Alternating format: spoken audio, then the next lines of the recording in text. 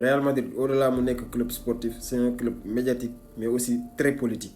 nekk na club boo xam ne c'est une part entière par rapport ak yeneen club ci monde bi yëpp. parce que nekk na club boo xam ne affluence bi xaaruñu ko ci terrain bi kese mais aussi en dehors du terrain.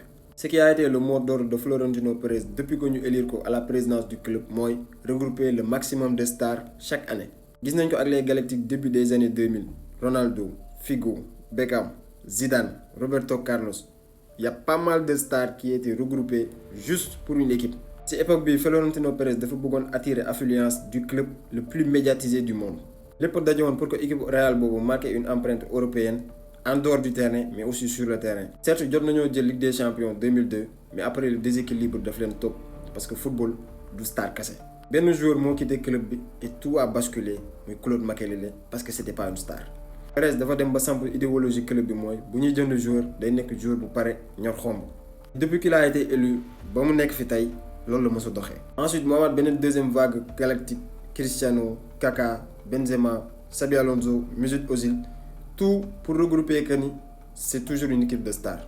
ak équipe boobu il y avait plus d'équilibre par rapport ak équipe 2002 bi juste parce que Pérez il a retenu la leçon sur Claude Makélélé. au-delà Pérez daan regrouper ay joueurs stars. Son problème bu gënoon ngande c'était un coach qui pouvait gérer ses stars. parce que fu ay star am c'est pas la tactique qui pose problème mais de gérer leur ego et leur mécontentement. et ce qui a causé le problème ak équipe bu Galactique 2002 bi mooy dañoo dajaloon ne stars yu bëri ne ñoom ñëpp dañu war a jouer par force alors que ni day déséquilibrer équipe.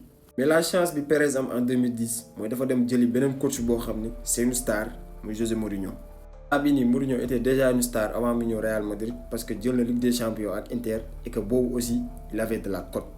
Mourinho ak impact bu mu amoon jamono jooju dem na ba def exploit indiwaat équipe bi dans le dernier carré de Ligue des Champions pendant plusieurs fois. Carlo Ancelotti bu demee ba jël Ligue des Champions 2014 c'était grâce à José Mourinho bi tegoon base yi ba pare parce que l'équipe était déjà rodée pour jouer Europe.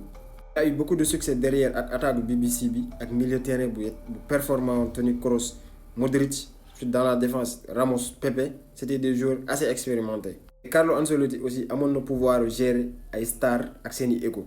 encore sur ces mêmes pas Zidane jëlaat relais bi nekk une star aussi nekk benn coach boo xam ni c'est un coach fédérateur mën a gérer ay ego moo tax mu continuer ci même ligne boobu. les succès se sont suivis encore 3 Ligues des Champions d'affilée. particularité bu amoon entre Zidane, Mourinho ak Ancelotti c'est parce qu'ils n'avaient pas peur de gérer des égos et des stars. bi Zidane jëlee 3 Ligues des Champions yi dem na mais aussi ñëwaat na parce que ñi mën a gérer Real bariwul. Carlo Ancelotti aussi il a fait pareil parce que Pérez da ko dem jëli ba Everton pour mu ñëwaat gérer waat club bi parce que ñi mën a gérer club bi bariwul.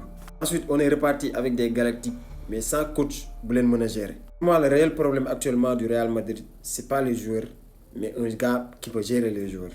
nekk un manager de pouvoir boo xam ne joueurs yi bu ñu lay xool dinañ la siggi xool la moo tax kii naan du ma jouer côté gauche. côté droit laay joué kii naan waruma génn kii naan joué mon numéro 8 10 laay football kii ne pointe laay joué.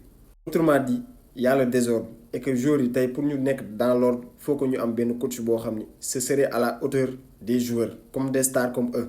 problème bi dafa nar a persister même bu dee président bi sax dafa capricieux ne joueur bi la bëgg alors que coach bi parewul pour accepter ko. pour résumer le problème du Real Madrid actuellement c'est pas seulement les joueurs ni les coachs ni le président c'est tout le monde. Ce qui veut dire que Real Madrid, ce n'est pas seulement un club sportif, c'est un club médiatique, politique, qui a des joueurs stars, mais qui a besoin d'un coach qui est à la hauteur des standards de ces stars.